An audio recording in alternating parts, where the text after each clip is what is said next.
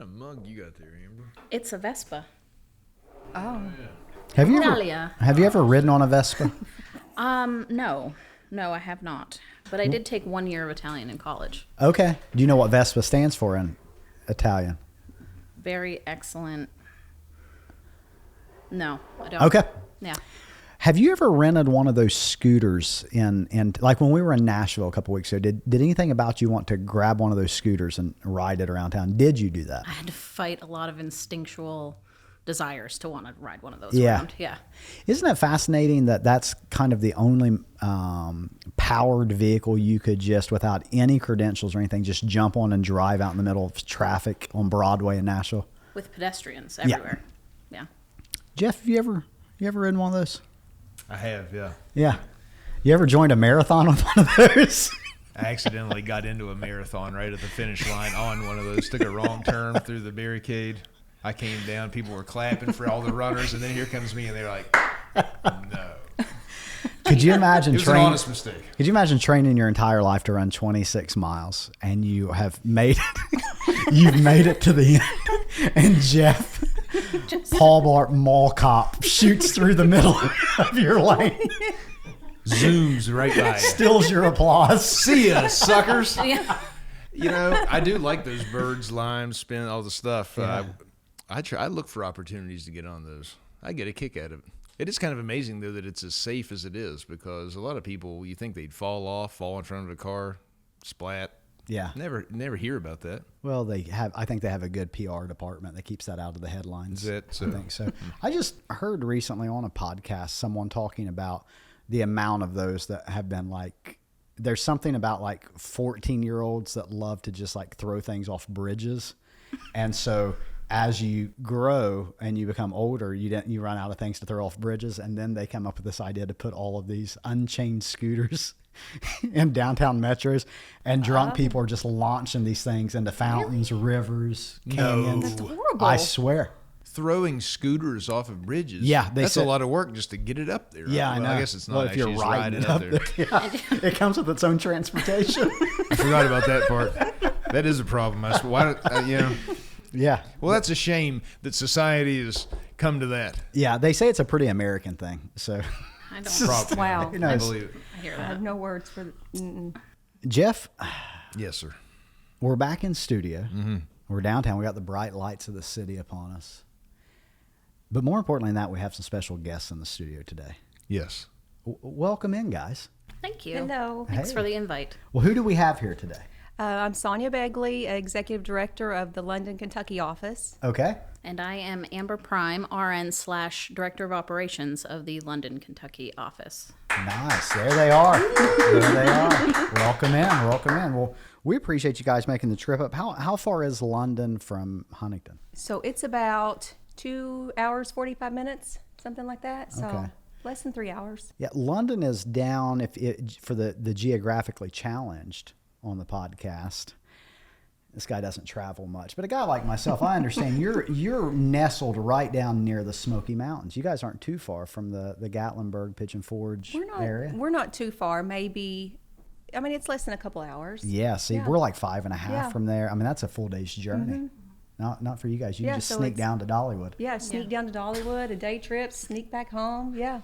Could you imagine being within Now- a day trip of Dollywood? I was getting ready to Yeah. say, the both of you live in London area, pretty Yes, close to. we Okay. do. Has anyone ever referenced where you're from by saying it's close to Pigeon Forge or Never, Dollywood? never, It's not even that never. close at all. Like I didn't know where you were going That's where there. his mind goes with it, though. But If you're within a tank of gas away from Dollywood, you're close to die. I mean, look it up. You know what his dream job is in life? You ever told you this? No. Dollywood? It's to be a tram operator, so you can get on that little microphone and point to things as they go by when they take you from the parking lot to amusement park. Well, is we're true. within 2 hours of being able to do that. See? You ever heard of such a thing? Like, what do you think about that? Honestly, what do you think about that as a dream? Time out. First of all, have No, either there's of no you time have out. been on the tram at Dollywood? Have you rode the tram from Yes. parking lot E to the front gate Yes, at Dollywood? yes. Okay, why does every time I ask a question like that, he has to influence your answer? He's really derailing it. Yes. Yeah. I I'm just No, trying to no qualify. pun. yeah. No. Derailing. I can see it. Okay. I can see it, and I don't think it's a stretch. I don't think it know would how to be- take that. Nobody. In a good way. Hey, No, it's look, a good way. He would be excellent at it. That's not really the point. It's just that's Thank the you. dream. We all have to dream for something. You mean like the transportation from the parking lot to Yes. the park, or the train inside the park? There's a No, difference. no, no. I do not want to wear bibbed overalls and say all aboard. I want to say welcome to Tram Stop E. Don't worry if you get out to your car this evening and it doesn't start, folks. We don't go home till everyone else goes home. So just come back over to Tram Stop E. We'll pick you back up. We'll figure this out. He Yeah. said we all have to dream for something. And you did that really well. Yeah. I'm I've been- just, I think you've just done it. stating You've been the facts practicing. here. Yeah. Yeah. Well, so anywho, that's what I want to be when I grow up. First time to the Huntington area? Have you guys been up to the Barboursville office before? What's your story We here? have been to the Barboursville office. It's our first time here, Yeah. down in this area. So, yeah, it's just a place that I don't really go through traveling, just because family's in different places. But Yeah. it's a beautiful area. Well, cool. Love it. So, some background for the listeners. The Pikeville office, which is now in Prestonsburg, launched many months ago a secondary office over in the Somerset, Kentucky market, right? And that office grew. Brittany Branham was the original executive director over that way. And when that office grew to the point, she came back over. The Prestonsburg office moved up from Pikeville. And she was able to build that office up to the point where it had enough clients and enough staff to be a standalone office. Again, at the time, it was located in Somerset. And as a company, we went through the search of trying to find the right executive director for that position. And that is how we met you, correct? Lo and behold, here I am. Awesome. So what's your background in? Okay, so my degree is actually in recreation and park administration. Parks and Rec. Parks and I've heard Rec. of it. Continue on. With an emphasis in therapeutic recreation. My So- favorite things about the parks is the therapy. But continue. So that kind of put me in the human services Mm-hmm. area, just because therapeutic recreation, a lot of hospitals have a TR department, and then I kind of got into case management. So I worked for nonprofits in case management, and more of like a social worker type role. Okay. I've worked as a director of an adult day center too. So I know, like, when I was in my classes, you know, if our instructors asked what people wanted to do, everyone wanted to work with kids. And when they got to me, I always wanted to work with the geriatric population or the aging population in some way. So that's kind of how I got into the field, and how I kind of landed working with the aging population. I see. Awesome. So the office, you come in, you officially launch as a full-time presence in the Somerset market. That office continues to grow.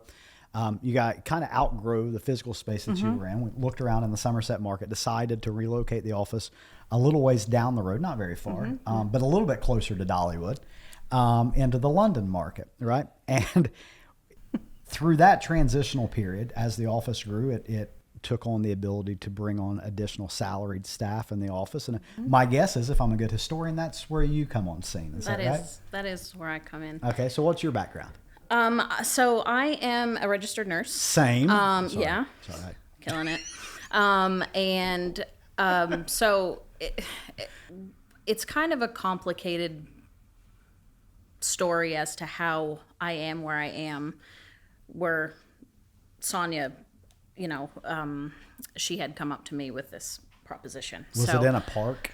It was not in a park. It was over the phone. I Okay. mean, it was I a got you. phone call. But I have been, since my husband and I moved down here from Vermont back in 2019, right before COVID hit, and then we got here and everything sort of shut down, except, well, not nurses. Yeah. Nurses didn't shut down. Vermont to Eastern Kentucky, not to sidetrack. How does Yes. that happen? I'm not going to lie to you. It was a coin flip on where we were going on vacation. Okay, continue So- on. Dollywood one. Yeah. Continue on. Yeah. So we is ended up fascinating. down here on vacation. Saw a little home that had 6 acres, another home on the property, so 2 homes, and a little homes. barn. Okay. And we said, yes, let's do this. And 3 days into our vacation, we put an offer in on that house. It was sort of a leap of faith. Where did you go on vacation at? Somerset. We stayed on Lake Cumberland. Okay, Yeah. this is making more sense. I thought maybe Yes. the KFC museum. Nope, that didn't draw us, but there is a draw there. Yeah, for sure. Yeah, absolutely. We'll side note that one in a little bit. So were you living on a homestead in Vermont? Yeah, we had a home in town. We wanted land, Okay. and that's sort of where that sort of transpired. It was a weird. So how many people go on vacation? Because I mean, I swear to you, every place we go, Danielle, my wife, is like, we could live here. Mm-hmm. And we're walking through Chicago. She's like, wouldn't it be great to live here? A couple months later, we're at the beach. She's like, wouldn't it be great to live? I'm like, baby, we can't just. We have children and families. You guys are in Vermont. You vacation in Yes. Eastern Kentucky, and you're like, we're buying this place. It had been, my husband had been working on me trying to move further south because we're Okay. done in the cold. The cold, it's a little much to bear for too long. Sure. So anyways, fast forward, I started working down here as soon as we got here. I actually was hired on at a nursing home, changed jobs, ended up working in substance abuse inpatient, where Sonya and I first worked together. I see. Yes, so that is where the connection was made here.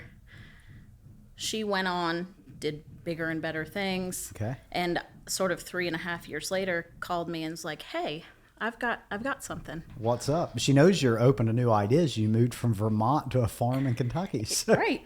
Definitely. So there's that pathway. So That's that was how it happened. Okay, well, what was it about her that 3.5 years later, when you get the call like, hey, we need a nurse, we need someone that we can trust? So when I met Amber, she was just one of those people who are very easy to work with, very easygoing, but a very hard worker, gets her stuff done, but is willing to help out in any way. So when we were looking for an RN, I was thinking, I really don't know any RNs. And then it just dawned on me. I remember Amber posted that she had just received her degree. Okay. And so I called her up. Yeah. So, and it was like maybe 3 weeks later or something since she graduated. So that's how that came to pass. Awesome.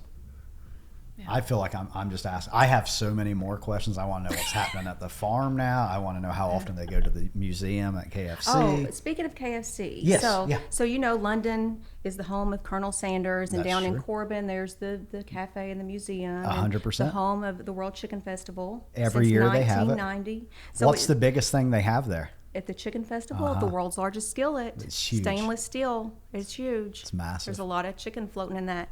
So we brought you some gifts. Okay. From the World Chicken Festival. Look at this. So yeah, I know. So Whoa. That's really cool. established super nice. 1990. Sorry, there weren't a lot of sizes to choose from. No. It's not Chicken Festival size. So we not Chicken Festival time. So we have World Chicken Festival shirts for Nice you ideas. guys. Yeah. I think that there's a new standard that guests are going to bring gifts. Yeah. For I mean, this is going to be hard to beat. you just laugh out loud. That is a good one. Which one do I get, man? I don't know. You're going to have to fight over those. We'll look at the sizes. Well, they're the same. There's Mine's not, probably like the I said. slim. yeah, where I've been working out, mine has to have room in the arms. So What size? Large. It's perfect. So there you go. large. It's a little big for me, but I'll make it work. Anyway, no, this is really nice. Yeah, Thank thank you. you Yeah, guys. you're welcome. Yeah, we I mean, appreciate that. everyone needs a World Chicken Festival I- T-shirt. Now, you know, true. they had one that had a chicken riding a rocket. They were out of those, so this is all we could come up Where, with. when you're off season trying to buy World Chicken Festival T-shirts, where do you go to pick those up at? London tourism. The Tourism Commission has them for sale year round. They have hats too. I can see why the one with the chicken on a rocket was sold Yeah, out. That's yeah. a pretty hot design. How big is this skillet you're talking about here? I we mean, talking it's like, big as this table or as big big as a this house? room. It's as big as this room. Yeah.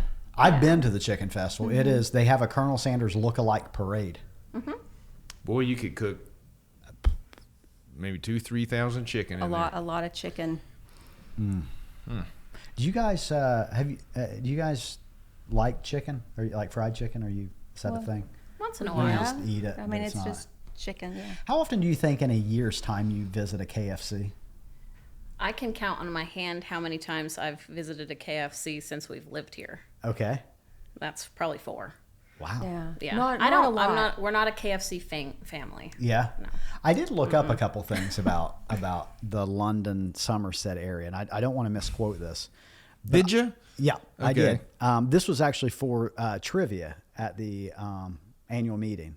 And so I looked up, there was a couple of things. I believe it is the home of the Kellogg's factory for Pop-Tarts. Is that correct? Pop-Tarts are made? Honey buns. Honey buns. Honey buns. Not created there, but manufactured They are there. Yeah. manufactured there. There's also a famous bicycle production company that's there that was very famous online. I'd never heard of it. Apparently, I'm not that into biking. And then there was the KFC thing. Those were the 3 really big things there. That's all we got down there. Honey buns, It bicycles, also mentioned it was really close to Dollywood. But Yeah. anyways, go on. That was...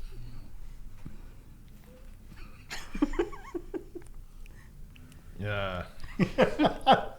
I mean, it is a day trip. But it's, No, I know a lot of these things, and Amber and I have talked about it. I've got family that lives in Vermont, and then I've got some of my best friends live down in Somerset too, and I've been out on Lake Cumberland on their boat. My mom used to live down there, and got really familiar with Vermont on one particular trip because my wife it was supposed to be a week. She ended up getting really sick and went in the hospital, and we were there a long time. That was definitely one where I had to buy more clothes during the trip. Didn't you go to like a student library and buy a T-shirt about I was at rocket Middlebury College and went to the bookshop, and I got a lot of Middlebury gear. You'd think I went to school there. And this is really funny. So this is where we connected on that first trip here in Huntington. The first time we came down is that the town that I am from is actually the town right next to Middlebury. And I've Really? got family that live in Middlebury. So it was just a weird coincidence because not a lot of people say, hey, I've been to Middlebury, Vermont. Yeah. Doesn't happen much. I was in there. I ate at every single restaurant on that street. Mm-hmm. The waterfall there under the bridge. What's the bookstore called? Like Fourth and Goal. Fourth and Goal. Yep. God, I even got that. Yep. Look, I basically live there. Yeah. I might move up there. Yeah. But I'll tell you what, getting away from those winters, like you said, that is no joke, man. it's brutal. I don't know if you know much about a Vermont winter, but it really is brutal. A couple of reasons. Number one, it's just long and it's snowy as can be. Mm-hmm. But 2 is it's a rural state. But in addition to just being rural, it's a very independent people. Yes. Very hardy, take care of ourselves. It's not like Yes. they're going to be running the plow out every 2 hours, right? So you're kind of just holed up, like self-sufficient. It's really a cool Yeah. state and a lot of cool people there. But the winter time is not a joke. Which to my daughters, my youngest daughter is 7, so we moved here when she was 3, so she doesn't really remember a lot of the big Vermont winter snow days. She was a little disheartened this morning because there was some snow stuck to the windshield that it wasn't going to be a snow day today. I see. Tears, actual tears, because she did not want to go to school. So you guys basically growing up, you had to have had a blizzard to not have school. Pretty much. It's gotten a little bit more, they call snow days a little more frequently now, but before it was, figure it out. You know what you see driving up just outside of Middlebury and the farms and different things? I think this is what it is. I might be about to make a fool of myself, but is that the hay from the farm is under huge tarps, big giant white. It's all covered up so it doesn't get ruined in the winter, I suppose. Silage, yep. With tires holding the tarps on. But I mean, it's gigantic, like huge piles that you see everywhere you look, with then snow piled on top of more snow. Who do you think? Go ahead. I was just curious, like at what level in the country do they look at the folks that live here and say those are a hardy group of people? In where? I think maybe like Florida looks up here and goes, man, I'll tell you that West Virginia, that's a hardy group of people. I think West Virginia is a pretty hardy group of people. Yeah, I'd say. I would say that. But Vermonters are really hardy group of people. Hardier. Independent. They might even be hardier. Now, as a native West Virginian, I don't give that away very easily. But Yeah. I have to say they might be even hardier. The only hardier group of people I know is Ohioans. They're really the hardiest of the hardy. You think so? Yeah, I think so. I don't even think they have a mountain with which need to be hardy around. Mountains is the requirement for hardiness? It makes it a little bit harder. Yeah. Can't grow nothing, can't drive in a straight line, can't get anywhere. I mean, you got to kind of just, you're out there. You're up true. the holler taking care of some stuff. It's true. All you know is just run down to the Shake Shack and get you a burger every 2 minutes. Every 2 minutes? Every 2 minutes. That's so many burgers. What's it called? Not the Shake. What's the one in Ironton? The Shakery. The Shakery, The yeah. Shakery. I do like the Shakery. Yeah, and if you guys are looking for a corporate sponsorship, what we like to call the Chick-fil-A of Ironton, the Shakery, conveniently located on Liberty Avenue in Ironton. Continue on. So now, are you from London originally? I'm from London. Really? I've been there forever. Wow. Mm-hmm. Have you been to Vermont? I've not been to Vermont. I hear No. they're hardy, but continue. They are. I mean, Yeah. I know. So, yeah, I've lived in London, just outside of town, always. My kids are the 7th generation to live on our family farm. So Wow. we've been there a long time. What year roughly do you think that the property was acquired? Oh my gosh. I don't know. It's Yeah. it's so I mean right now there's 4 generations living there. So my grandmother is 96. She lives there. My mom and then my family, my husband and my 2 I see. kids. Yeah. So 4 generations there right now, 7 generations long. So it's been a minute. Do you think that's a thing that, like, if someone is listening to this in South Dakota, they'll be familiar with that? Like, so I mentioned the 37 flood, the 36, 37. The Ohio River came up, and there wasn't all the cities along the river didn't have flood walls at the time, and so a lot of the cities were flooded. So my grandparents moved to property that my parents still live on. I own part of that property now, and so is that a thing that, like, all of America experiences, like generational property ownership? I don't ever really hear that except like on Yellowstone referenced anywhere. Have you ran into that in That's your true. life? I've never thought about this. Generational property ownership. Why wouldn't that be universal, though? I don't know. No matter what state you live in, somebody owns that and they die and it goes on to the next, doesn't it? Well, like all of our What am like all of our friends that live, like, let's say in the Nashville market, they're all transplants, so there's not generational property there. All their stories start like in the last 15 years on that property. Well, I mean, in town, yeah. Out on, in the countryside and farms and stuff. We were in Savannah recently, and we visited the Andrew Lowe house, and the property had only had, I think, 2 owners. Its entire, from the time that Savannah was incorporated to today, the Lowe family had owned it, and then the people that bought the property own it. Yeah. Well, you get some of that. And then you go to places like Japan where the same little house and bed and breakfast has been for like 700 years in the family. I was just reading an article about that today. Really Wow. cool. I know. Yeah. I don't know. I think a lot of people, they have a big family farm, they move, they don't know what to do with it, eventually gets sold off. I think that happens a lot now more than before. Sure. So I've been there forever. That's probably where I'll stay. They call that the final harvest. By the way, I read that in an article one time. It was super sad. Oh. Maybe Oh. one of the saddest things I'd heard. I was like, Jesus. Oh, wow. It's where that one kid finally sells everything. Oh, gosh. But The property you guys own, is this going to be a generational property, you think? Or Probably. yeah. Yeah, I think so. She's like, no, I don't it's think actually on Craigslist right now for sale. I don't think the kids are going to go very far. I see what you're saying. So you, like in Amber's case, she would eventually just sell it and move into town. Yeah. Yeah. I I feel very dumb right now. Like I didn't give any good answers to anything. I don't think that's the case at all. You had a lot of information about Millbury, Vermont. Okay. All right, you're bringing me back. I'm his biggest fan. Well, let's talk a little bit about village caregiving. Okay, how long have you been here? a little over a year. November was a year. Okay, so tell me tell me some positives. If someone's listening to this and they're applying to be an executive director in Southern Indiana right now, and they want to hear someone that's been in an executive director seat for the last year, how would you describe it? One of the best compliments that we get from clients and usually they're clients that they've transferred from another agency or agencies, and they say, wow, thank you all so much. We have been with other agencies and they don't compare at all. We really appreciate the caregivers. They're wonderful, they're personable, they're on time, and we hear that a lot with from folks who've been with other agencies. So it that means a lot to us, and I think that's important. That's good to hear. So that speaks volumes for the company itself. Awesome. Has it been a good experience for you? Oh, it's been a great experience. It's been, even the harder days aren't, all that hard. Some days are busier, some days are tougher, but overall, it's wonderful. Just the culture and the atmosphere.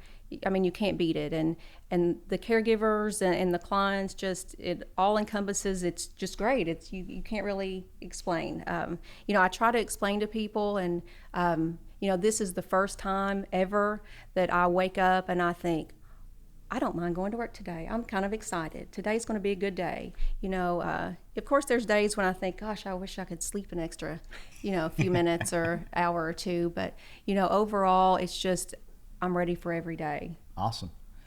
I remember your interview process, and I think I'll get this correct. I believe that you interviewed from home. You had some like a woodworking, some shelves, maybe a home Yeah, office that was from home. behind you. Mm-hmm.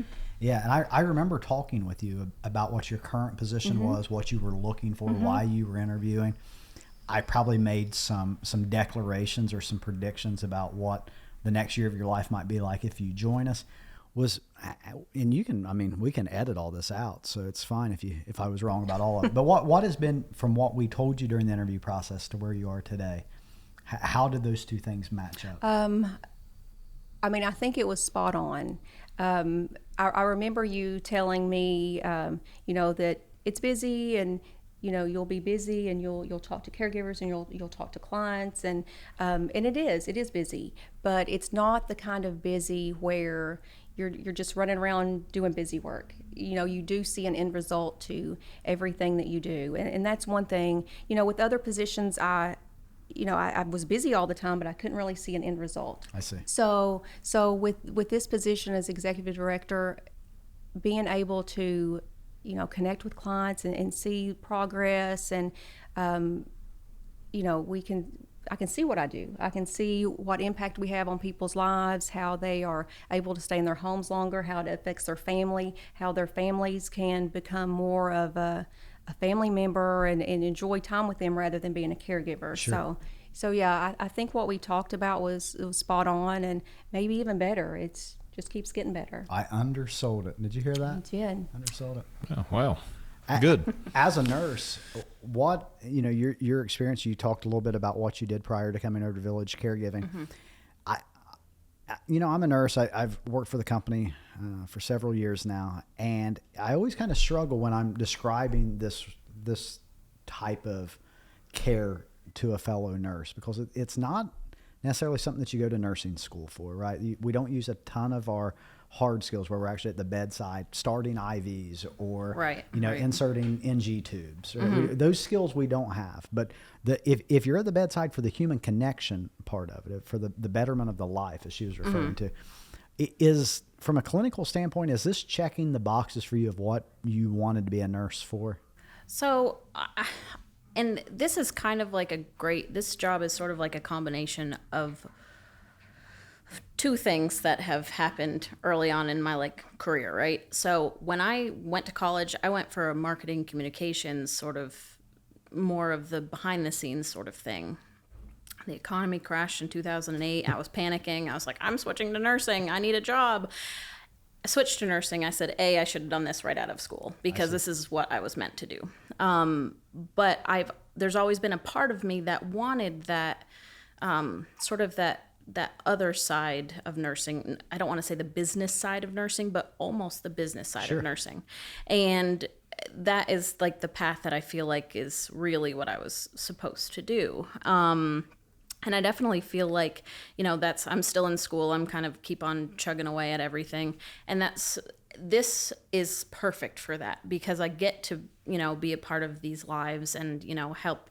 Like Sonya said, you get to see sort of the relief in someone's eyes that, hey, I don't have to go to assisted living. I don't have to move out of my comfort zone. And that really keeps folks, I think, healthier longer, is when you know, you don't want to have to watch someone go through that truly doesn't want to do that. And us being able to provide a caregiver in their own home, in their comfort level, making sure that that person is right for the job, that's kind of where some of those nursing skills come back into play, because you're like, okay, well, this person needs a Hoyer lift. So either I'm teaching someone to use a Hoyer lift, or I got to find somebody that knows how to use a Hoyer lift. Sure. So I think there is a fine balance, a little heavier on the office-y stuff, but honestly, like, I feel like it's a great balance there. Yeah, I'm the exact same way. Although I enjoy the nursing aspect of nursing, the clinical side of it. From day one, I was always more interested in how does this thing work? Mm-hmm. How can I help more nurses take care of people? How do we get the regulations in order, right? Those sorts of things. So I've always naturally leaned into that. So this was just kind of a thing that worked really well. I found an ecosystem that allowed me to thrive. Perfect. Yeah. Like, it is all the boxes. Yeah. The boxes that I didn't know I needed checked, you know, because I hadn't been exposed to those boxes before. So. Absolutely. You can talk about how you should, or wish you had gone into nursing straight out of school.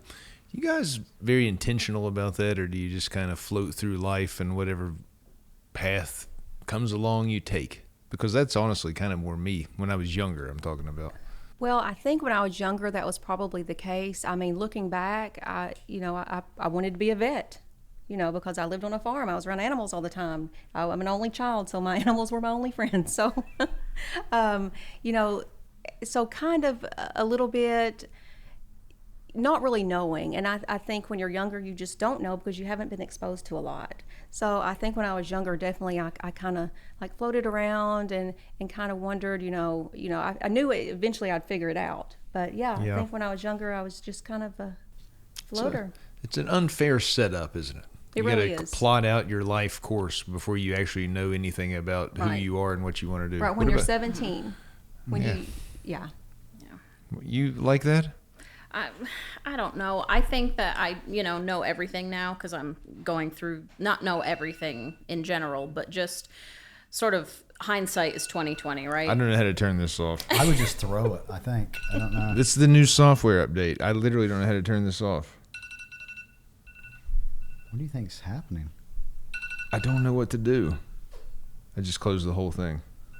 It's still going somehow. How is that even? It got quieter. What? Maybe it's someone else's phone now. Apple's taking over, if they haven't already. You press the button on the side. Oh. If your alarm's going off and there's the new Apple software, you have to hit the side button. Even if you close the whole alarm clock app. Little tidbit of info. Good to know. Yeah. Good to know, yeah. I'm sorry, Amber. It's not the first time I've ruined a beautiful answer. It's fine. I was stumbling. It's okay. Let me ask you a different question. Whenever you go to sleep at night, you put your head down on the pillow and you close your eyes. I'm not talking to you. Okay. What most often is going through your head? Usually I'm thinking about, things that I may not have accomplished that day. And I think, oh, gosh, I have to remember tomorrow to do this or that. I mean, it's not peaceful dreams, but, I'm always thinking about what I need to do, like a little checklist in my head. For the next day's checklist, okay. Okay. My husband can attest to this. I am probably snoring within 1 or 2 minutes of putting my head down. You just real easy to go to sleep. I can turn it off. Yeah. I just fall asleep. What a gift. But other than that, it's usually just, I think, kind of what Sonya said. Just, okay, maybe I need to do this, and then I'm gone. So it's... You don't have any time to plan. Let me ask you, I said, what a gift. Is that a gift that you naturally have, or did you have to actually kind of work and practice that? This is my routine to fall asleep quickly. I've always been a good sleeper. Yeah? I can fall asleep. Okay, I'm sorry. I was mean to you, buddy. I do want to know what you think about. Well, I mean, generally, I apologize. How, whatever I said at that 6th grade dance. Just regret? Yeah. No. Maybe some, not a lot. Oh, gosh. Man, I'll tell you, I can be... Garrett was in here earlier talking about, like, he has to be careful about what he reads right before bed because it can get his mind racing or relaxed. I have to be very careful about an hour before I go to bed. about like what I take in, because it will completely mess up my like between when I lay down and when I finally go to sleep. You know, your dreams are really important. There's more and more science being done on this and studies published that what you dream the night before, not necessarily exactly what you dream, but whether it's a good dream, bad dream, sort of in general, truly has a really big impact on your performance, mood, productivity the next day, much more than you might think. And it's a subconscious thing, and it's not just getting out of bed in the first 15 minutes. It's like your whole day can be affected by this. But what if you Really wild. How does it have they said anything about if you don't really remember your dreams? I feel like I maybe remember a dream once a week, and it's because it was so out there. Like I'm like, Yeah. I don't know what just happened. There was a part in this article about that. It's obviously if the person can't. The study I'm talking about was as soon as you wake up, you have to record whether it was good, bad, what you dreamed about, and then later you would measure your day, right? And so then you have this huge sample size to draw a correlation with. The limitation there is if you can't remember it, it's not good enough data with which to analyze, but the suspicion is, yes, it does still. Yeah. Even if you can't remember it exactly. Subconscious knows But it's what not for happened. sure because you can't measure it. Okay, I got another question for you. You win the lottery tonight, and also village caregiving doesn't exist. You have no responsibilities tomorrow. What are you going to wake up and do tomorrow? And then the next day, the next 2 days, what are you going to do? And how do you think you're going to feel? Just go straight to the beach, straight get a to the beach. hotel, Yeah, there's or this, buy a house. You could just buy the hotel. There's this little place that we love to vacation. I would go there. That's where I would be, hands down. Okay, Sonya's at the beach. She drives 2 hours to. Or I could go to Dollywood. It'd be a lot closer. Yeah, you could do that tomorrow. Amber? I have no idea. I would probably be in shock for 2 days. If I honestly won the lot, like how much are we talking? That's a good question. $1 billion trillion. Like money's off the table. $1 billion. I can't even wrap my head around it, to be honest. Yeah, I think that's right. that's a hard It's one. even harder to think about. Go home tonight and say I'm trying to find some way to say that you don't have to go to work tomorrow, basically. How do you think that you feel tonight? I mean, serious question. Like, I think that whenever I think about that, I don't have much of a sense of purpose, and it loses part of my identity is wrapped up in my work. And I get a little anxiety thinking about that. It's not like party time. I'm kind of like, what am I going to do with myself? That's exactly. I wouldn't even know where to start. I'd be like, okay, well, obviously I need some sort of financial advisor because I'm gonna just mess this up somehow. You have my cell phone number in your phone in case. Just in case she needed. It's whatever. I mean, I could get a hold of some people or whatever. I wouldn't even know where to start thinking about what to do. I would be thinking about it on the beach. Yeah. For sure. It's not a bad idea. Yeah. Might as well think about it there. Yeah, as anywhere. I honestly, the first thing that popped into my head when you just said that was like, gosh, we could really use some new fencing, like everywhere. Like I was like, I'll just put fencing, the best fencing. They're a hardy group. She won the lottery and she's like, we need to get up some fencing. Right. It's true. Right. First things first. Fix Fencing. this fence. We got to secure these Yeah. boundaries. Like I forget think about that the that's- fact that I could buy like a small country. Yeah. I want fencing on Yeah. my existing property. I think that that's, even if people don't suspect that that's what they would find themselves doing, I bet that's a lot of what you'd find yourself doing. Yeah. That would give me a lot of peace of mind when I'm at the beach, making could sure everything probably- was contained. Yeah, We I could get it. probably put that addition on that we've been talking about for so long. I think you could. I feel think pretty good. You'd be okay. I have no idea what your budget is on that, but I feel like I could swing it. Yeah. It's fine. It's more of a question of, we got to get off of this, and also we're over time, of course. You know, I'd be charitable. I'd give away a lot of that money. Yeah. I would travel a lot. I'd go to the beach. I'd go all kinds of places. But then ultimately, like, what am I going to do to occupy my purpose spot? I just don't know. I think it would maybe be like something creative. Like some kind of an art of some kind? I don't know. It's just, I think when you answer that question, you actually confront like really having to find out a lot about yourself.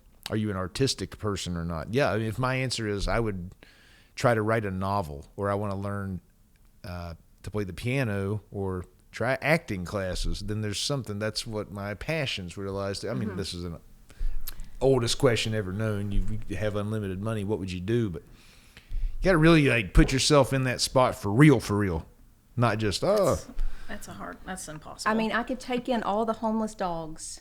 That would be purposeful. That would make me happy at the beach. You would need a lot of fencing. For I that. would. I certainly would. I know a guy. Yeah. Mm-hmm. all right. Well, thanks for being a good sport and answering some ridiculous questions. Yeah. Yeah. Thanks for having us. Well, thank you guys. You made the trip up here, and we appreciate you doing so. Was there anything? Did you guys have anything you wanted to ask Jeff or anything? That's a good one because I am an open book. Yeah, feel free to ask. Transparent as Scotch tape. There's no. I don't. Okay. I don't know. Well, It's like the lottery. I just don't know. I don't Yeah. know. It'll come to me as If you think of anything, feel free to submit it. We'll answer those or ask those live on air. We have no problem with that. Send in a text. Yeah, you or however you communicate. your Abby situation. I'm gonna give a contest right now. The first person that hears this, and this won't air for a few weeks. Yep. The first person that hears this and texts me the word Philadelphia wins $100. Oh. It's a prize. You guys, Are we game? the three of you sadly cannot play in the game. I was None of the studio audience can play in the game. We're excluded. I was Now, getting here's the ready. thing. If I don't get one single text, I'm going to know nobody listens to this. I bet. I'm doing my own experiment over here. Well, Yeah? what about for those outside the company that don't have your personal cell phone number? Well, that's part of the challenge. You got to find it. It's not that hard. If For they $50, you can text me and I'll give you Jeff's. that's smart. Oh, that's good. That's smart. See, that's how business works. That's right. I'm You don't gonna call have- him the VP of operations for nothing, folks. He starts working the problem. Yeah, It's well deserved. Yeah, he can only pay his out once. I can charge mine 100 times. I'm not going to say you're the third one to ask. I'm like, no. Here's his number. God, that's good. We can actually do this in cahoots and make a lot. I'll bump mine up to 1,000. You start charging 100, Yeah, we also take payments in Bitcoins. and I'll change my number every episode. Well, guys, thank you so much for coming up. We really Thank you. appreciate it. I have to say, I think to my knowledge, when you guys got off the elevator, I was greeting you. Amber is the first person to come on the podcast that danced off the elevator to come in. Usually there's anxiety, but she gave us a ready. little bit of a dance She on the way danced out. out of I her was ready. car into mine this morning. Look as at well. that. Wow, that's You know cool. what? This is I love the exciting. energy. At It's 7:30 great. a.m. she was dancing. Well, that's because she falls asleep immediately. Yeah. That's a It's level true. of She contentment. She had a lot more energy than the rest of us. Yeah. I had like an 83 sleep score last night, Look so at we're that. rolling. Isn't that unbelievable? Yeah. No one's ever seen you when you aren't well rested. Ever. It's a few people, but Do you, They're would not any here. chance you could dance for us a little bit? Oh gosh. Is that inappropriate to ask? I don't think No. so.